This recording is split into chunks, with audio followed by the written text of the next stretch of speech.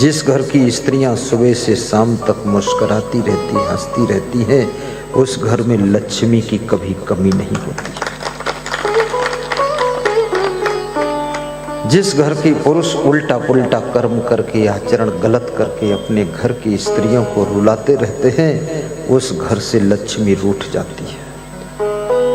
इसलिए अपनी माता बहन को रुलाना मत, वाइफ को भी दुखाना मत। तुम्हारे देश का प्रधानमंत्री अपनी बूढ़ी माँ के दर्शन के लिए जाता था, आशीर्वाद लेता था, इसलिए वो इतना आगे बढ़ा। माँ का आदर करो, पिता का सम्मान करो और गुरु का ध्यान करो और संत महात्माओं के प्रवचन सुनो। अपने घर को मंदिर समझो। सुबह शाम दोपहर घर को क्लीन करो। भोजन को महाप्रसाद समझो। जितनी भूख उतना थाली में लीजिए। अधिक भोजन लेकर फेंकना बहुत बड़ा पाप है। बच्चों को संस्कार भी दीजिए और शिक्षा भी दीजिए। और गुरु के चरणों में मन की डोरी बात कर रही है। कभी हिम्मत मत हारिए।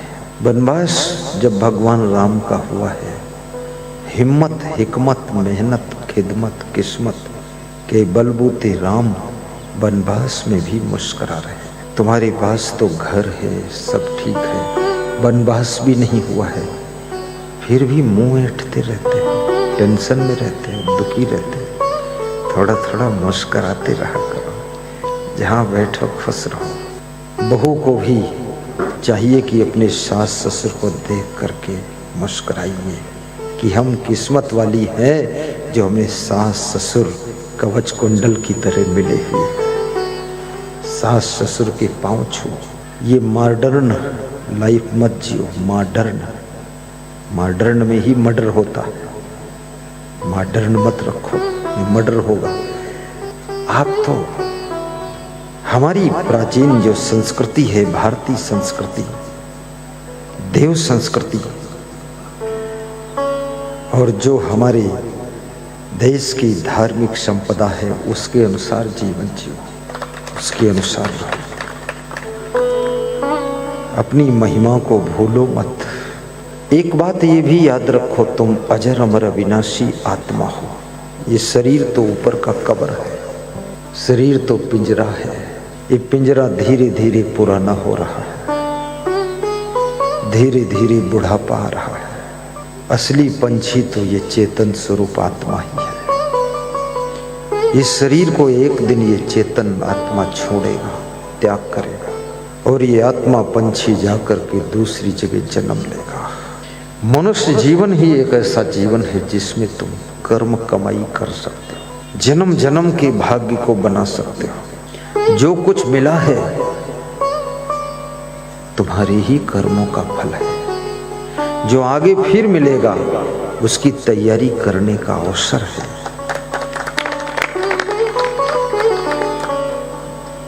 वाणी भी मधुर बोलिए। छोटी छोटी बात में गुस्सा मत कीजिए। क्रोध को कंट्रोल कीजिए, क्योंकि जिनको क्रोध ज्यादा आता है, गुस्सा ज्यादा आती है, उनके घर में गरीबी आ जाती है। जिनमें सहनशीलता बहुत है, उनके घर में लक्ष्मी आकर बसेरा करती है। दारिद्र्य नाशनम दानम। दान करने से दरिद्र का नाश होता है। किसी मंदिर में जाना, कुछ श्रद्धा सुमन दान करना। तीर्थ में जाना, वहां भी कुछ दान करना। महाकालेश्वर के दर्शन करने जाना, वहां भी कुछ दान करना। भंडारा करना। भंडारा खाना तो सब जानते हैं, भंडारा करना कोई कोई जानते हैं। जय। भंडारा भी करो। गुरु के आश्रम जाओ, वहां भंडारा कर दो। यहां से दाल चावल बांध कर ले जाओ, नहीं, बस वहीं खरीद लो, वहीं कर दो जितना लगे। 2 महात्मा रहते आश्रम में, 2 महात्मा का भंडारा कर दो। कोई जरूरी थोड़े 2000 महात्मा हो। 2 महात्मा हो, 10 लोग तुम परिवार के हो गए। 2-4 भक्त और आ गए, 10-20 का भंडारा हो गया। तुम्हारा भाव तो है और क्या चाहिए। कोई 50,000 लोगों का भंडारा करना, भंडारा उतनी क्षमता नहीं तो कम लोगों का करना। हमारे आश्रम से फोन आया जागेश्वर यादव का, लखनऊ आश्रम से, कि हम आपके आश्रम में भंडारा करना चाहते। तो हमने कहा वहाँ जो संत उससे निवेदन करो। निवेदन किया सुखपाल दास से, तो उसने फोन किया ये भंडारा करना चाहते। तो पहले मेरे मन में इच्छा हुई मना कर दो, फिर मैंने सोचा पहली बार कोई व्यक्ति पूछा है। वो आश्रम भी हमारे पास में 6-7 महीने से ही है, पहली बार। तो हमने कहा क्यों करना चाहते। बोले मेरा लड़का पागल था, भाग जाता था, रातों रात उसको ही ढूंढता रहता था। 10 साल हो गए, परेशान हो गए, सो नहीं पाए। 6 महीने आपके चरणों में ध्यान लगाया, रोज प्रवचन सुना, और रोज यहाँ जब तुम रहते थे लखनऊ आश्रम में तो मैं दर्शन के लिए आता, कभी दूध लाता था, कभी कुछ लाता था। बोले मेरे लड़के का माइंड ठीक हो गया, इसी खुशी में भंडारा करना। तो मैंने कहा कर दो। बोले यहाँ 2 ही संत हैं। मैंने कहा 2 का ही कर दो। बोले इसमें तो 150 रुपये में ही हो जाएगा। हमने कहा चाहे 20 रुपये में हो जाए, कर दो आप। तो 150 रुपये में भंडारा हो गया। तो 2 साधु कितना खाएगा। सुखपाल दास और त्रिभुवन दास। अब लखनऊ में बहुत से भक्त हैं, वो सभी भक्त सोच रहे हैं कि हम भी भंडारा कर दें। तो महीने में दिन तो 30-31 ही होते हैं, और भक्त है हजारों। तो छोड़ो, बात खत्म कर दो। पूरे साल के 365 दिन का बंटवारा कर लो, एक तारीख ले लो और भंडारा कर दो। 2 साधु में क्या फर्क है। और जब हम आए 25 साधु लेकर, 30 साधु लेकर, तो भंडारा बंद कर दो, कम खर्चा हो। नहीं तो हमारी मंडली तो फिर ज्यादा माल छकेगी। 25 साधु में भी ज्यादा खर्चा नहीं, एक टाइम का भोजन बस, वही ज्यादा से ज्यादा 60, 70, 80 रुपये लगते हैं। चावल, दाल, रोटी। महाकाल में जाकर भी भंडारा कर दो। भंडारा जो करता है उसके घर में भंडाफोर नहीं होता। अन्नदान सबसे बड़ा दान माना गया है। अभी प्रयागराज में जो कुंभ हुआ था पिछली बार, तो उसमें एक भक्त गया था मध्य प्रदेश का। तो मेरे से कह रहा था रात में मैं सोया था तो ठंडी लग रही थी, तो कोई आया तो नई रजाई उड़ाकर चला गया, और सवेरा हुआ जब घंटी बजी तो रजाई उठाकर चला गया। सवेरे रजाइयां सब स्टॉक कर दी जाती थी। बोले ऐसी सेवा हुई है। 20,000 प्रयाग कुंभ मेला के नर नारी निःशुल्क प्रेम से भंडारा खाते थे। उज्जैन कुंभ में आप जाइए, अनेक साधु संत भंडारा कर रहे हैं, अनेक भक्त भंडारा कर रहे हैं, अनेक समाज वालों की तरफ से भंडारा हो रहा है। प्रयागराज में, उत्तर प्रदेश प्रयागराज में कुंभ मेला आने वाला है, 2024 में आएगा, जिसमें आपका कैंप लगेगा, और जिस कैंप में भंडारा होगा, और रात्रि विश्राम की भी व्यवस्था होगी, और किसी से वहां शुल्क नहीं मांगा जाएगा, और पंथ नहीं पूछा जाएगा किस पंथ के। ये भी नहीं पूछेंगे तुम्हारा कौन गुरु, तुम्हारा कोई गुरु हो ना हो, या तुम खुद ही गुरु हो, तो कोई भी हो, जाति पाति मत पंथ मजहब संप्रदाय कुछ नहीं, आईडी फाईडी कुछ नहीं देखी जाएगी। आप अपने कैंप में आइए, रात्रि विश्राम करिए, त्रिवेणी संगम में डुबकी लगाइए, अपने कैंप में सुबह दोपहर शाम भोजन नाश्ता लीजिए, और प्रेम से रहिए, पूरे मेला का दर्शन कीजिए, कोई चिंता करने की जरूरत नहीं।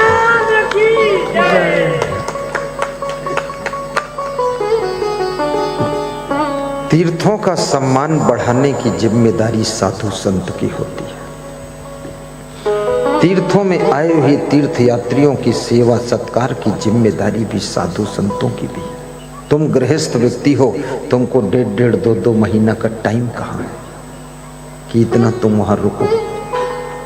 लेकिन हम तो विरक्त हैं, हमारा तो जो कुछ है सब साथ ही में है, पीछे कोई परिवार छूटे ही नहीं। न वहाँ पोती, न पोता, न बेटी, न बेटा, न दामाद कोई है। हमारे जो दामाद हैं सब यही हैं, जो बेटियां हैं सब यही हैं। हाँ, हमको केवल तुम ही को देखना है, तुम्हारा ही सेटिंग करना और कुछ नहीं, कोई चिंता नहीं है। प्रयाग कुंभ मेला में जो 2024 में कुंभ मेला लगने वाला है, वहाँ महाभंडारा चलेगा, महाकुंभ है। 1.5-2 महीने में 2-4 लाख भक्त भोजन करेंगे, जिनके लिए मैं आपसे निमंत्रण देता हूं कि आप भी आना। हाँ। और सभी को सेवा का मौका भी देता हूं। अपने अपने घरों से सभी लोग अन्न ले आना, कम से कम 5 kilo, 10 kilo, 20 kilo, 50 kilo, 1 quintal, 2 quintal, 5 quintal, 10 quintal अन्नदान जो लाना होगा यही ले आना। ये मत सोचना कि गुरु जी की गाड़ी लेने आई, क्योंकि गाड़ी भेजता हूं तो गाड़ी में तेल इतना खत्म हो जाता कि वो गेहूं गाड़ी में खा जाती है। हाँ, इसलिए यही ले आओ छुट्टी का, कल ले आना, परसों भी ले आना। बस गेहूं, दाल और चावल, बस, और शक्कर। तेल वोल मत लाना, नहीं लुढ़क जाएगा कहीं खाम खा। और हर व्यक्ति आटा से बन जाएगा, वो क्या बोलते हैं उसको, पूड़ी। और सब्जी के लिए हर व्यक्ति को ज्यादा नहीं, कम से कम 100 रुपये दान देना है, जिससे सब्जी और तेल आ जाए। 10 किलो आटा में कितने लोग पूड़ी खा लेंगे आपको पता है, मुझे पता है। 10 किलो में 50 लोग पूड़ी खा लेंगे, और 100 रुपये में सब्जी आ जाएगी। 200 रुपये में पूड़ी सब्जी का तुम्हारा भंडारा हो जाएगा। तुम भी उसी में खा लोगे और हम भी उसी में थोड़ा खा लेंगे तुम्हारे भंडारे में। भंडारा तो आपका ही है, गुरु भी आपके हैं, ये संत आपके हैं, और आप सब गुरु के हैं। हम तुम सब एक हैं, और सबके कल्याण के लिए मेरा जन्म हुआ है, सबके कल्याण। जय। धरती से पाप मिटाने को गुरुदेव हमारे आए हैं। धरती से पाप मिटाने को गुरुदेव हमारे आए हैं। भक्तों के प्यारे आए हैं, ए राज दुलारे आए हैं। भक्तों के प्यारे आए हैं, ए राज दुलारे आए हैं। सत्संग ही तुमको सुख देगा, भक्ति ही शांति देगी। उत्तर प्रदेश के एक सज्जन कह रहे थे कि मेरा स्वभाव तो भस्मासुर जैसा था, बहुत क्रोधी। बोले सत्संग सुनते सुनते अब 5% क्रोध बचा है, 95% गम खा लेता। उनकी पत्नी बोली कि अरे इनके साथ जिंदगी गुजारना नरक हो गया, जब से सत्संग से जुड़ गए तब से शांति मिली। इसलिए परिवार को सत्संग दीजिए। महाराजा दशरथ के परिवार में कितना सत्संग होता था। गुरु वशिष्ठ रोज आते थे, विश्वामित्र आते थे। वही सत्संग का ज्ञान जब राम का वनवास होता है तो राम जिद नहीं करते हैं, क्रोध नहीं करते हैं, मुस्कुरा कर वनवास स्वीकार कर लेते हैं। राजपाट के लिए लड़ाई नहीं होती। कौरव पांडवों के बीच में कोई गुरु नहीं है, कोई संत नहीं है, कोई सत्संग नहीं है, इसलिए वहां पर महाभारत युद्ध हो जाता है। लेकिन राम भरत शत्रुघ्न के बीच में, राजा दशरथ के घर में गुरु वशिष्ठ खड़े हैं, गुरु विश्वामित्र खड़े हैं और साधु संतों का सत्संग है, तो वहां पर युद्ध नहीं होता है, बल्कि सबका अंतःकरण शुद्ध हो जाता है, शुद्ध हो जाता है। जय जय। आज के सत्संग में मुख्य अतिथि के रूप में पूजा दीदी भी पधारी हुई है। खड़ी हो पूजा दीदी। हम तो पूजा पाठ रोज करते हैं, दीदी आज मिली है। मुस्कुरा जी दीदी, उधर मुड़ जा। हाँ, ताली बजा दो दीदी के लिए। ये महिलाएं भी यहाँ कमजोर है, लसुड़ली धाकड़, नाम गांव का धाकड़ है, इतना कमजोर। जोर से ताली बजा। हाँ बस, वो महिलाएं इतना ठसाठस बैठी है कि ताली बजाने का, हाथ हिलने की जगह नहीं। बहुत मुश्किल मामला। कल थोड़ा दूर दूर बैठना। महिला मोर्चा प्रदेश कार्यकारिणी सदस्य, धन्यवाद। राजगढ़ से विशेष अतिथि पूजा दीदी। ठीक है पूजा दीदी, कभी मुझे भी ले चलना अपने घर, पधरौनी करा देना। ठीक, विधायक साहब घर में पधरवा देना अपने। ठीक है, अपनी पत्नी से पूछ लेना, बिना पूछे मत ले जाना, नहीं चिल्ला चोट हो जाएगा। बैठो। अच्छा है, विधायक भी मजेदार है। हेमराज जी पूर्व विधायक, बहुत प्रेमी है। देखिए सत्संग जो है सबको आशीर्वाद देता है, यहाँ कोई पार्टी वाला मामला नहीं है। कांग्रेस पार्टी हो। कल मेरी भेंट कमलनाथ जी से हुई थी, मैं आ रहा था भोपाल से, हो गई भेंट, आशीर्वाद दे दिया उनको भी। कभी अब जिससे भेंट होती उसको हम आशीर्वाद दे देते, और जो भेंट करने नहीं चाहता है तो हम उसको पहचानते ही नहीं, तो हम क्या करें। सबके लिए गुरु जी को ये मत सोचना कि किसी पार्टी में है, पार्टी। गुरु जी, सूरज किसी पार्टी के लिए उदय नहीं होता है, किसी जाति के लिए उदय नहीं होता है। सूरज जानवरों के लिए केवल उदय नहीं होता है, संपूर्ण ब्रह्मांड के लिए, संपूर्ण पृथ्वी के प्राणियों के लिए सूरज उदय होता है, सूरज उदय होता है। गुरु गुरुदेव का आशीर्वाद सबके लिए।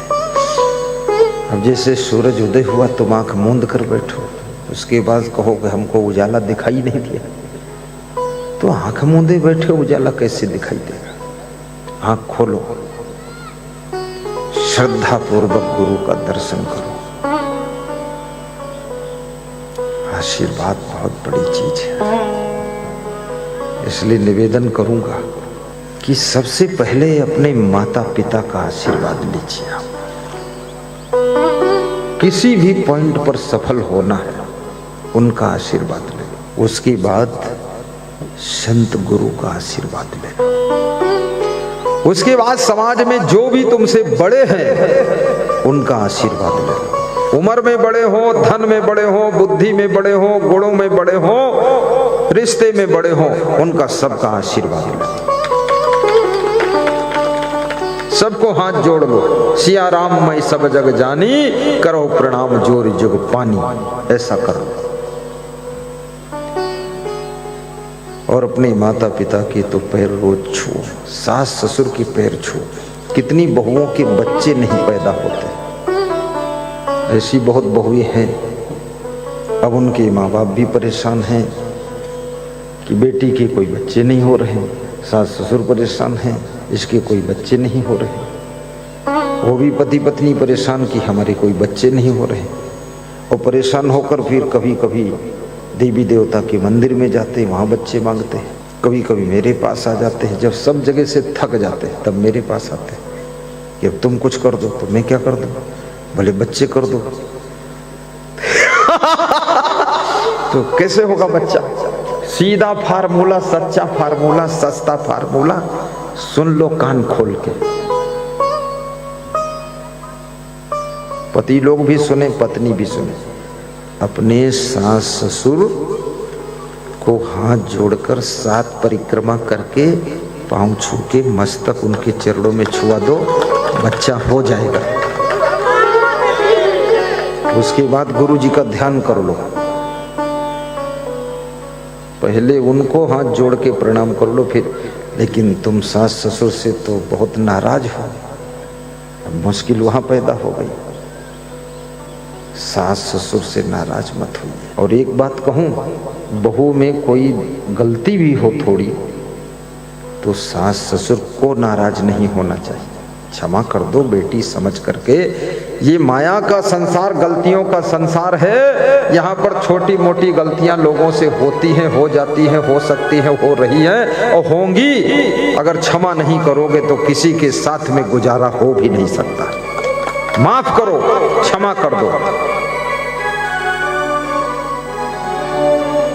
यहां जो अपना है वो भी सपना है और बाकी तो संसार सब सपना है ही।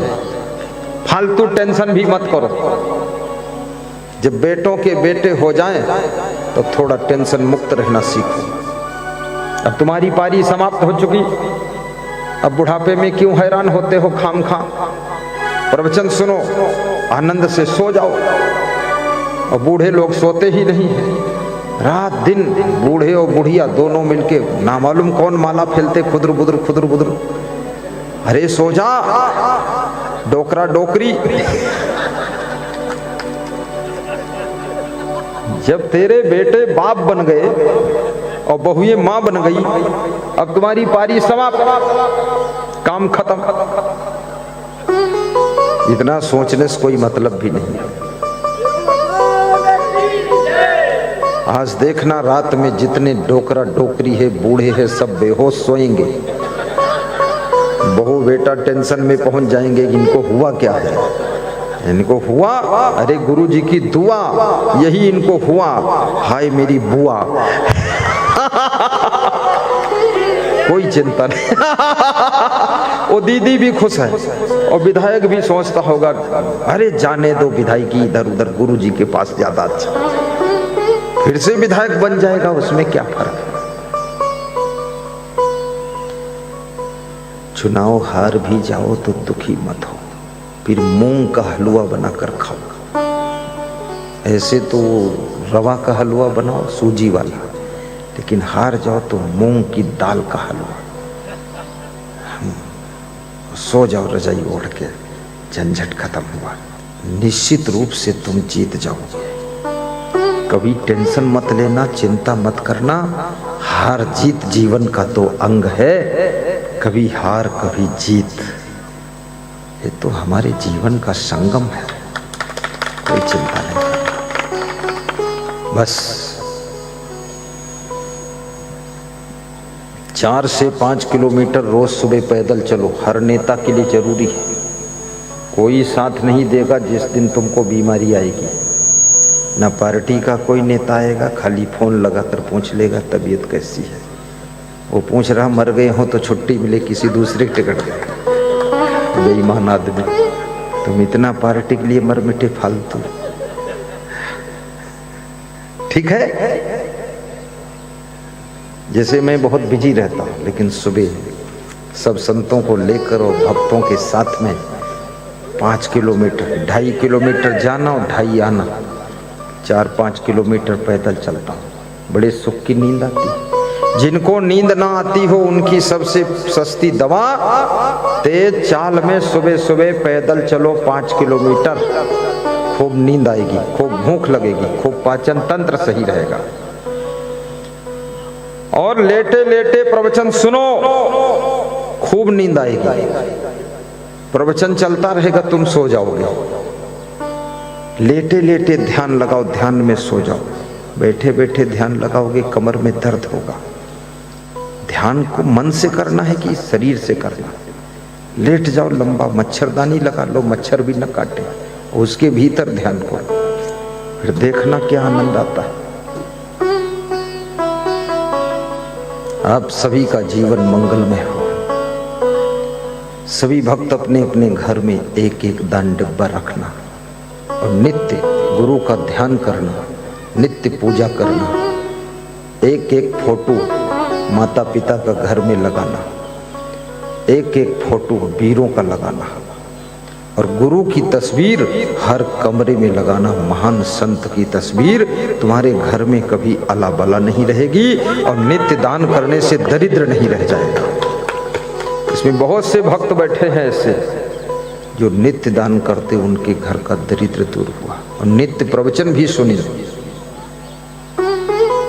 और नित्य माता पिता के पैर छूइए और माता पिता से क्रोध मत करिए, सास ससुर से क्रोध मत करिए, अपनी पत्नी से भी मुंह मत फुलाइए और पति को तंग मत करिए और गुरु के भजन भी गाइए। फिर देखना घर में जो सुख बरसेगा, घर भी नया बनेगा, बड़ा बनेगा, धनवान बन जाओगे, उन्नति शुरू हो जाएगी। संस्था की ओर से इधर दान पात्र मिलते, जो मार्केट में 70 रुपये का मिलता है वो दया भाव से संस्था तुमको 50 रुपये में ही देती है। मैं खुद ही 70 रुपये मंगाया था, अपने लिए जरूरत है, तो फिर थोक कंपनी से बात करवाया तो उसमें भी 12 रुपये संस्था का चला जाता है, खर्चा होता है हर डिब्बा पर। वो मिलेगा ही नहीं उतने में, डायरेक्ट दिल्ली से आता है, उसमें फिर भी 12 रुपये हमारा लगता है। अरे हमने कहा 12 जाने दो, पूरा जाने दो, लेकिन सबके घर में शांति। और डब्बा जब गुरु जी तुमको मिले तो उनके कर कमलों में भेंट करना, उसी राशि से भंडारा कुंभ मेलों में चलेगा और उसी पुण्य से तुम्हारे घर का दरिद्र दूर होगा।